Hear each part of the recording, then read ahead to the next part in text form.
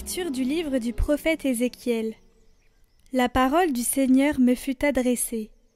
Fils d'homme, prophétise contre les bergers d'Israël, prophétise. Tu leur diras: Ainsi parle le Seigneur Dieu.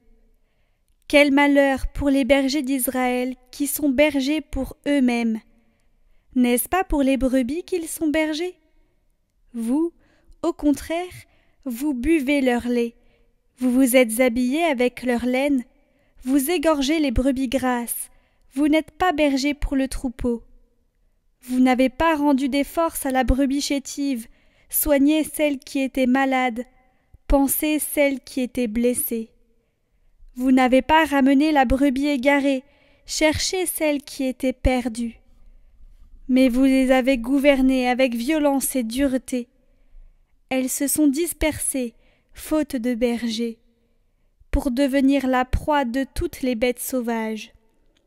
Mon troupeau s'égare sur toutes les montagnes et toutes les collines élevées. Mes brebis sont dispersées dans tout le pays.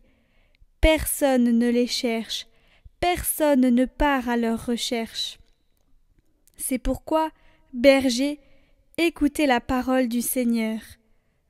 Par ma vie, oracle du Seigneur Dieu, puisque mon troupeau est mis au pillage et devient la proie des bêtes sauvages, faute de bergers, parce que mes bergers ne s'occupent pas de mon troupeau, parce qu'ils sont bergers pour eux-mêmes au lieu de l'être pour mon troupeau, eh bien, bergers, écoutez la parole du Seigneur.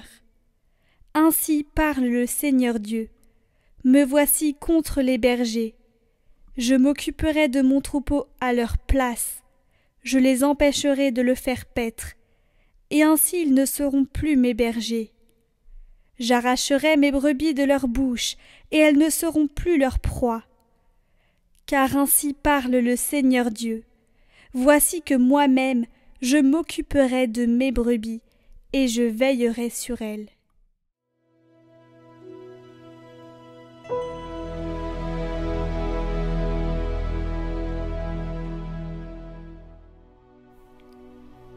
Le Seigneur est mon berger, rien ne saurait me manquer. Le Seigneur est mon berger, je ne manque de rien. Sur des prés d'herbes fraîches, il me fait reposer. Il me mène vers les eaux tranquilles et me fait revivre. Il me conduit par le juste chemin, pour l'honneur de son nom. Si je traverse les ravins de la mort, je ne crains aucun mal, car tu es avec moi. Ton bâton me guide et me rassure. Tu prépares la table pour moi devant mes ennemis. Tu répands le parfum sur ma tête, ma coupe est débordante. Grâce et bonheur m'accompagnent tous les jours de ma vie. J'habiterai la maison du Seigneur pour la durée de mes jours.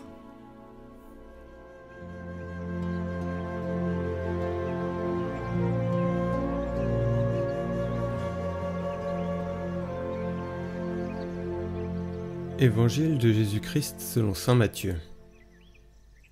En ce temps-là, Jésus disait à ses disciples cette parabole. Le royaume des cieux est comparable au maître d'un domaine qui sortit dès le matin afin d'embaucher des ouvriers pour sa vigne. Il se mit d'accord avec eux sur le salaire de la journée. 1 denier, c'est-à-dire une pièce d'argent, et il les envoya à sa vigne.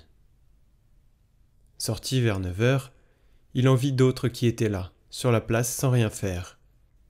Et à cela il dit : Allez à ma vigne, vous aussi, et je vous donnerai ce qui est juste. Ils y allèrent. Il sortit de nouveau vers midi, puis vers 3 heures, et fit de même. Vers 5 heures, il sortit encore, en trouva d'autres qui étaient là et leur dit : Pourquoi êtes-vous restés là, toute la journée sans rien faire ? Ils lui répondirent : Parce que personne ne nous a embauchés.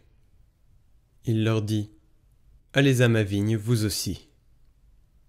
Le soir venu, le maître de la vigne dit à son intendant : Appelle les ouvriers et distribue le salaire, en commençant par les derniers pour finir par les premiers.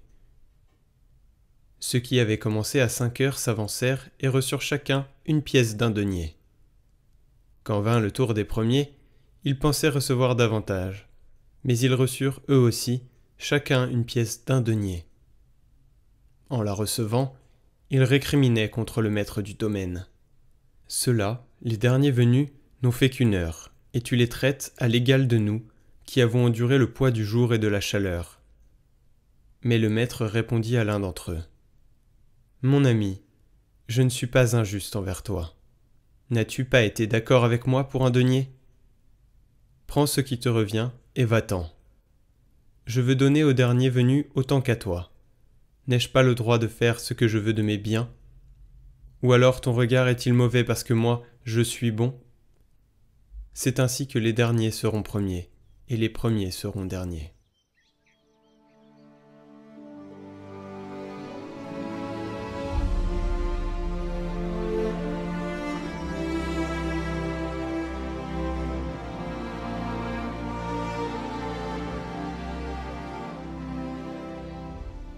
Dieu agit comme cela. Il ne regarde pas le temps et les résultats, mais la disponibilité. Il regarde la générosité avec laquelle nous nous mettons au service. Sa façon d'agir est plus que juste, dans le sens où elle va au-delà de la justice et se manifeste dans la grâce. Tout est grâce. Notre salut est grâce. Notre sainteté est grâce.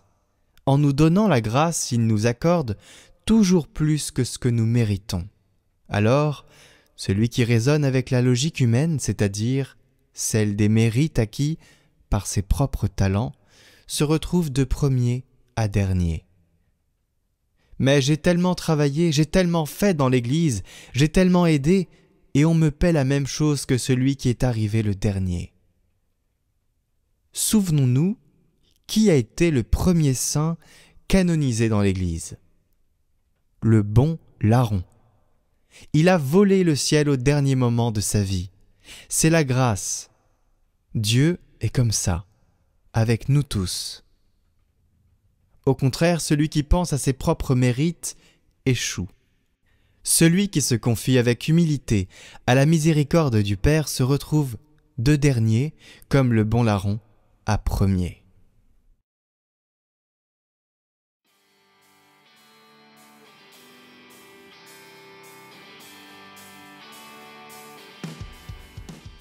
Bonjour, je m'appelle Louise, j'ai 36 ans, je suis professeure d'histoire-géographie et je vais vous partager mon expérience de Dieu. Alors j'ai eu la chance de grandir dans une famille catholique et de ne jamais avoir douté de l'existence de Dieu dans ma vie. Pour autant, c'est pas toujours simple de faire confiance à ses plans. Cette année, par exemple, j'ai passé un concours qui m'a demandé beaucoup de temps, beaucoup d'énergie, beaucoup d'investissement. Et une semaine avant mes oraux, j'ai appris qu'on attendait un cinquième enfant qui n'était pas planifié. Et à ce moment-là, je suis vraiment rentrée dans une désespérance, avec des pensées morbides, et je suis partie à ces oraux complètement dans un état émotionnel compliqué, on va dire. Et j'ai demandé, faute de pouvoir arriver à prier, j'ai demandé à mon groupe de prière des mères et à des proches de prier pour moi, pour apaiser mon cœur de mère qui était très tourmenté. Et j'ai eu mon concours et surtout Dieu, avec beaucoup de douceur et de pédagogie, m'a fait comprendre que cet enfant, il n'était peut-être pas dans mon plan originel à moi, mais il était dans son plan à lui. Il était désiré, il était aimé de toute éternité, qu'il aurait une vocation propre sur terre. Et en confession, un prêtre m'a dit, vous savez, la Vierge Marie, elle a elle aussi fait face à une grossesse inattendue. Et cet enfant qu'on a surnommé Désiré est attendu pour Noël. Et donc Dieu a beaucoup d'humour, mais il a aussi beaucoup de tendresse et de douceur.